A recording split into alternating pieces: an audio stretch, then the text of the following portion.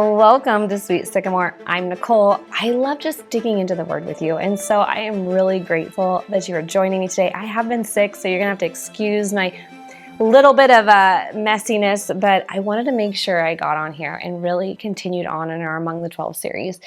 We are talking about John the Baptist and why he was not chosen to be a disciple.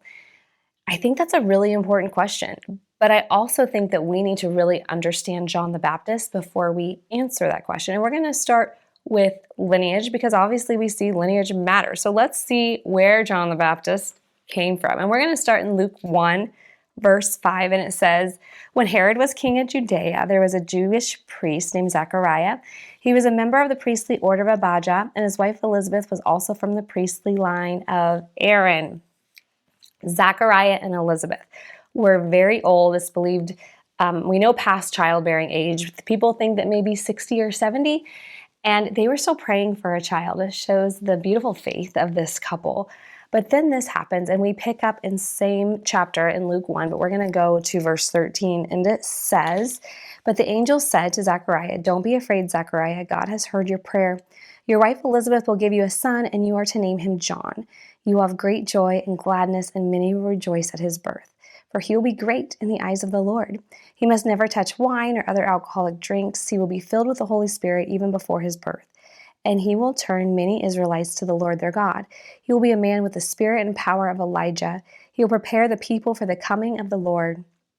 He will turn hearts of the fathers to their children, and he will cause those who are rebellious to accept the wisdom of the godly."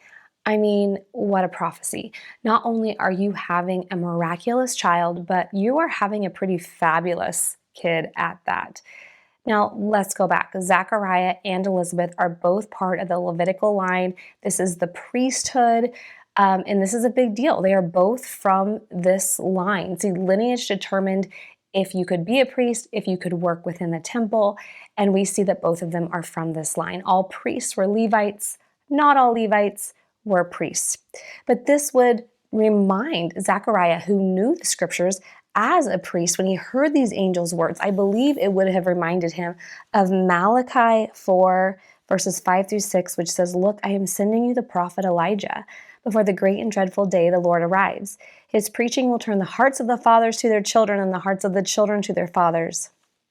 This would have been like a whoa moment for Zechariah, as he probably would have studied this book of Malachi, the last prophet that came on the scene. I mean, this is a miraculous birth. We have Elizabeth having John in her belly and encountering Mary with Jesus in her belly, and we see the Holy Spirit come on John even in the belly as he leaps within Elizabeth's belly. You see, John the Baptist grew up really knowing that he was chosen for more, not only what the angel said, but past prophecies that the angel referred to.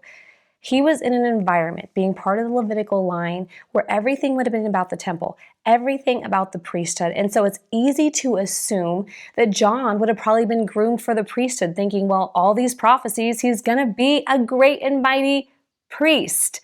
But then John, at an older age, probably after he's been groomed, takes off for the wilderness to live off the land, to eat his locusts and honey and wear his uncomfortable camel skins. And it makes you wonder what his elderly parents had to think. Like, he's just throwing it all away. All of these prophecies, all of these plans. Honestly, one thing I have learned throughout years of walking with the Lord is that I need to be glued to the mission of what he's calling me to, but understand that he can change up the method all the time, and often he really does, and it throws me for one. Because what happens is God sends John out into the wilderness, and all eyes are like locked on him. They're all like, oh, this guy. You know, when we like to watch reality TV shows because we like to watch the disaster? Yeah, I think they did then too. Because then this happens. It's in Luke 3, verses 2 through 3, and it says this. It says, "Annas and Sapphira were the high priests at the time, and a message from God came to John while he's in the wilderness, son of Zechariah, who was living in the wilderness. Then John went from place to place on both sides of the Jordan River, preaching that people should be baptized and repenting of their sins." John waited until God activated him. Do we wait for God? Or do we just activate ourselves because we feel ready? You see, God was waiting not only until John was ready, but also waiting until Jesus was ready to step into his calling. The waiting was just as important as getting correct as the action because it was all in God's timing. John placed himself in the middle of the wilderness so he would not miss the message of the Lord when God said, "Now go." Now remember, he is cousins to Jesus. So most likely we see Mary running to Elizabeth when she finds out she's pregnant with the Messiah. I would assume that Jesus and John the Baptist probably knew each other. John was not performing miracles, but he did have the Holy Spirit living within him.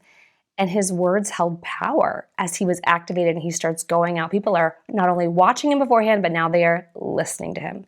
And now that we have this backstory of John the Baptist, we're going to pick up in John 1, and we're going to read verses 19 through 28. It's a little bit longer, but bear with me. It says, "This was John's testimony when the Jewish leaders sent priests and temple assistants from Jerusalem to ask John, 'Who are you?' He came right out and said, 'I am not the Messiah.' 'Well, then who are you?' they asked. 'Are you Elijah?' 'No,' he replied. 'Are you the prophet we are expecting?' 'No.' 'Then who are you?' 'We need an answer for those who sent us. What do you have to say about yourself?' And John replied in the words of the prophet Isaiah, 'I am a voice shouting in the wilderness, clear the way for the Lord's coming.' Then the Pharisees who had been sent asked him, 'If you aren't the Messiah or Elijah or the prophet, what right do you have to baptize?' And John told them, 'I baptize with water, but right here in the crowd is someone you do not recognize. Though his ministry follows mine, I'm not even worthy to be his slave and untie the straps of his sandals.' Who are you?" "I'm not the Messiah." "Who are you? Are you Elijah?" "No." "Are you the prophet we've been expecting?" "No." "Then who are you?" "Guys, I'm just a voice." "Well, then why do you do what you do?" "Because I see Jesus. I see Jesus right here." Let me ask you, who are you? In John's life, we see that he lived his life really focusing on the purpose of paving the way for the Messiah, but making sure the Messiah came before him. He's like, "I am not the Messiah. I am just a voice." And I love that John refused titles that weren't his. And honestly, some of these titles he could have picked up. I mean, yeah, prophet would have fit for John the Baptist, but he still said no. He kind of operated his life like just a searchlight, like I'm just going to find Jesus and then I'm just going to shine a light on him. If there was a PA system out there, I think John would have been like, "I'm just the microphone. I'm not even the voice. Like I'm just the mic. Like I just say what I need to say." I love how John had every opportunity to at least say, "This is who I am." But he didn't. He just told him about his mission. "This is what I am called to do." What's your mission? Do you share more about who you are, or do you share more about what God is calling you to do? If I had to tell you what my mission was, it would be that I'm trying to love my husband and serve him and allow him to do what God is calling him to do, and to raise my boys to love the Lord, their God, with all their heart, soul, and mind. And I will tell you, missions do adjust. There will be seasons where missions will change, but they always center around loving God and loving people. There will come a point when my home is empty, and I'm already dreading those days. John was not a voice forever, but this was a season he was. You see, faithfulness to your mission is doing what God asks until he asks you to do something different. And John knew his mission for that moment. So I want to ask you guys some questions like I always do.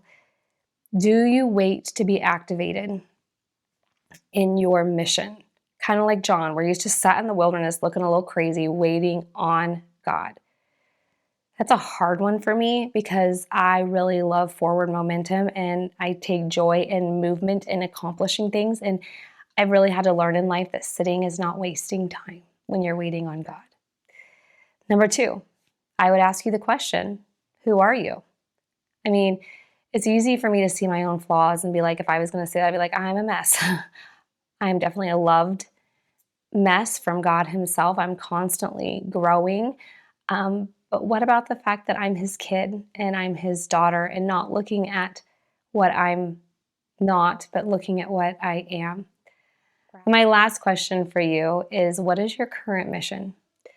I just shared mine, but I think it's important for us to know what God is calling us to in this season so that we can really dedicate ourselves to that and understand to prioritize that should come first. In the meantime, I also want to share with you that we've been doing some Under the Sycamore, me and my husband, where we're talking communication. And so maybe one of your life missions is to better your marriage or better relationships. Feel free to listen to that. We're going to gather again actually next week by the time this posts because I was sick, and we're going to answer the question, I promise you, why was John the Baptist not called to be a disciple? Until next time.